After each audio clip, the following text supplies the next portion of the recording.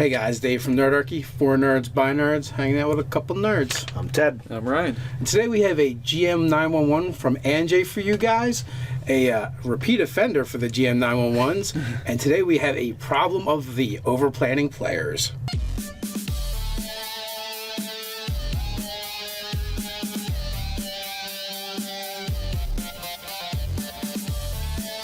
If you have a GM911 and you want to submit it to us, you can send that to nerdarchy@gmail.com. Just put GM911 in the subject, or you can submit it over on our forums on the GM911 section. So, what would you do? You're the GM. Every time that your players thinks there's going to be a conflict coming up, and all of a sudden they go into the, as he says, Ocean's 11 mode, and they plan everything out. All right. Now, there's something to be saying for doing this kind of planning. It shows intelligence, it shows tactics, and I like it. Every single encounter, it's going to get tedious on the GM, in my opinion. Yeah, action heroes don't plan every single Go for step. a smoke break. Yeah. Maybe you need some video games of your own to play while they're planning. Yeah. So the first thing that I would say is, are the players playing to their stats? If you're using the standard array, there is an 8 in there. There's going to be an 8s, there's going to be a 10s. Yeah. So if those happen to be in your intelligence or your wisdom, and you're putting forth ideas, they need to be at that level. So it's like, they usually should be. We gotta charge. If it's an 8 in intelligence, it should be the bad idea. Yeah. Absolutely. And you can have fun with it, especially knowing that the cleric or the wizard in your party is going to have a decent stat and be like, no, that's not going to work. The Trojan rabbit, perhaps, of Monty Python fame. Yeah. Everyone knows that will never work. They need a Trojan tortoise. Yeah, absolutely. So then my second idea is to put them up against intelligent foes every once in a while. If they really like doing the planning stuff, then let them enjoy it. But every once in a while, you have to have them outfoxed. So you have... Well, they might get a reputation for being like this highly efficient, like, wow, we need to watch out for these people if you're a bad guy in the kingdom. Absolutely. Yeah. So if you have, let's just say, orcs that they're going after, and they see the orc patrol, what they don't see is the counter scout or the counter sniper that's out there looking for their scouts, and it begins to take tactical measures and tries to drop them out of tries to drop their scouts. 2 words: orc ninjas. All right. I prefer null ninjas myself. Yeah. But, each to their own. Yeah. Flins, because they're used to Flinges. Yeah. So that's what I would do. And like I said, you don't want to do it all the time, but it'll put them on more defensive footing if they have to worry about people using their own tactics against them. And splitting the party is always dangerous, because what happens if you're coming up against something that is actually equal to your level in power, and half the party's not there? Yeah, what do you do? And then like some of the scouting mission part could become a rescue if they get captured, because things could turn south. Or vice versa. What if they already sent a team against you, and the scouts are out, but you have the others just waiting for the scouts. Yeah, to come the back. idea of like split simultaneous combat is pretty cool. Like that makes another interesting sort of dynamic. Yeah, that is a good one. Yeah, and so another thing that we can't forget about too is like planning takes time and reconnaissance takes time. Well, what if the plans of the bad guy moves much faster than you sitting back, like looking for those things? It's just like, oh, this backfired because the thing that we were watching for them to do, that they were going to do, it already happened. We got all the information on it. We'd have totally kicked their ass, except it happened 48 hours ago.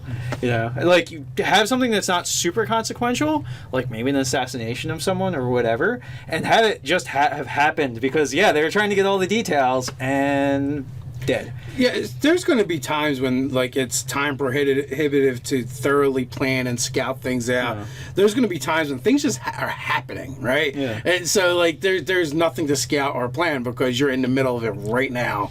And then there's always they did all their planning and they did all their scouting, and that's the perfect time to introduce a plot twist. Well, you know what? Even so, the plot twist is a good idea too. Like things just because sort of they see what the players are doing and they counter react or whatever. They have countermeasures. Like, say, get back to the scouting party thing.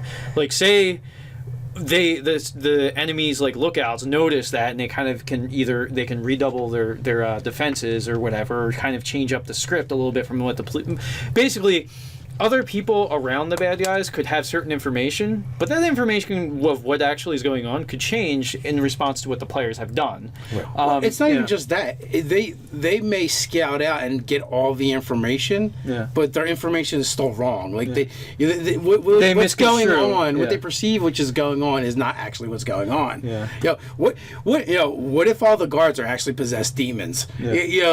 Or something. Or somebody's weird. trying to frame someone. So, like, on all the crates, it has a certain country's, like, markings or whatever, their signia, but it's actually Princess Bride, where he's trying to frame the other nation for it. So, like, oh, the quick easy read is clearly it's such and such nation's identifier, but that's because they're just trying to frame them. So the player is like, oh, we have a quick easy answer. Like, nope. Or you're breaking in to rescue the princess. Well, it turns out she actually doesn't need rescuing because she's the mastermind. Or it could be like a Romeo and Juliet of, like, star-crossed lovers, where, like, she ran away to be with this guy, and, like, the PCs just basically murdered all these innocent people. Well, maybe in your game they're always the damsel, but mine, she's the villain. Yeah. Well, I mean, that's cool too. The show. All right, so now what about... Wait, I have one more tact for this, all right? Okay. One more thing, because I was thinking about, like, how great it is in the Dresden Files, the way that, like, Jim Butcher has all these sort of, like, multi-tiers of shitstorm that Dresden has to deal with. And so it sounds like you have one problem for your players to deal with. Why not make it 2 or 3 all simultaneously happening? Guess what? If they're running around, they're not going to have good recon on anything if they're trying to do that. So stuff's going to just happen, like, simultaneously. And sort of, you can have all those plots, like, slowly progressing through whatever's going to happen, and the players are going to have to, like, kind of, like, rush through this thing to get to this thing, and if not, have consequences kind of bearing down in each single way. Right. So that would, like, really spread them so thin that they have to act. So what I was going to say is, the other part of this The section, B-side? Well, the B-side of this thing, because he's got multiple questions he's got going on, is how does he get the players who aren't currently part of the planning session involved?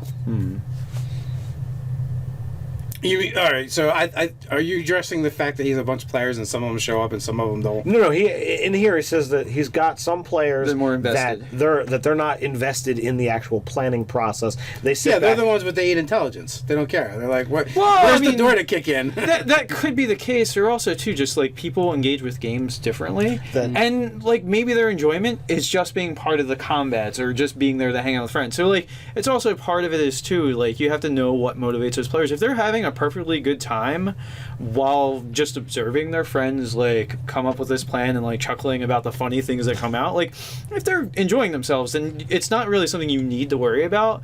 I would agree.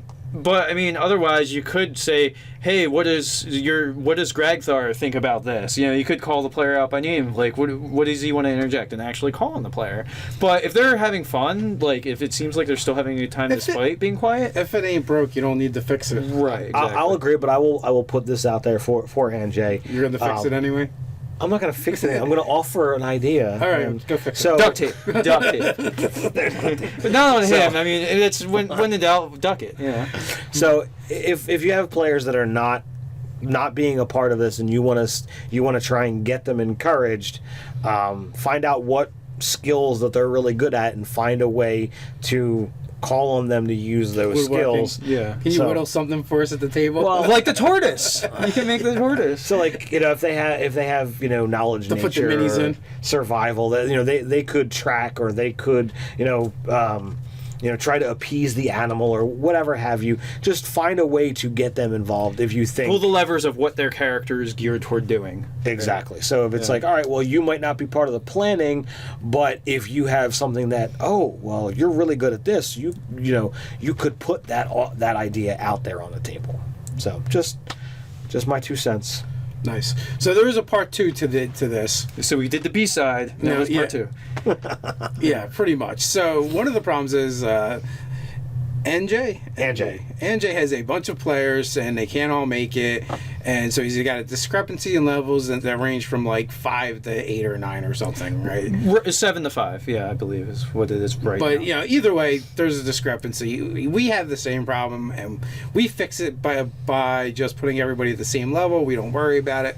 We assume they're off doing other things that will gain them XP. Now, I know that wasn't the answer you wanted because you told us that wasn't the answer you wanted. But that's how we do it in our game. We just don't care enough to have to worry about it. Otherwise, you're just going to have to deal with their different levels, and they're going to have to suck it up, Buttercup. So if you feel as a DM, the reward for being at the table that session was the XP. If you're not there, you don't get it. Then the players who don't show up, it's not your job to make sure that they can survive that encounter. That's up to the players themselves and the team as a whole. If you put it, if you say, all right, well, my highest level characters are 7s, and I'm going to be going up against things that are a challenge for that party, well, if it eats the 5th level guys, then it eats the 5th level guys. Because really, what are you going to do? Like, you really literally have only several options. 1, accept their different levels. 2, put everyone at the same level. Or 3, you brought up was, I guess I could run separate adventures for them to catch them up. But I don't think that'll work because I still don't think I'll be able to get everyone together. So that eliminates that when you have 2 options. I mean, if they have problems showing up for your main game, like what makes you think that you're going to get them to show up these additional makeup sessions? Right. Yeah, sort of thing. Like basically working Dungeons and Dragons overtime, that if they don't have time for the core game. So my viewpoint on the way I run, and I think Dave is kind of the same way, you keep everyone at the same level, and if you're not there, you're not getting the share of the loot, you're not getting any kind of story rewards, and with that, that's where your power. Because who's really paying the price here? Who's really getting penalized? You, the DM, because you're racking your brain out on solving a problem that there's no answer to. Yeah, and especially if none of the other players have really complained about that, I would. You know what? Like in sort of popular fiction, like books and movies and stuff, not all characters are the same like level of power, and sometimes some characters in stories have to sit back or like be more defensive because they're not as good as other characters. That's what the leveling mechanic represents. Can I recommend the dodge action? Yeah. The dodge action is a super action, or the help, where you can give somebody advantage for the attack. He's got this sweet sword and all these feats geared towards chopping the ever living crap out of everything. So like sometimes you might want to just use the help action because it's that much more effective. So those are some options for you. I believe we've answered all the questions here as best as we can. Yeah. So if you have any tips or advice for Anjay on these several problems, go ahead and put it in the comments below. While you're at it, like, share, even subscribe. You can check us out over on Instagram. Hang out with us over on Facebook. So until next time, Stay nerdy.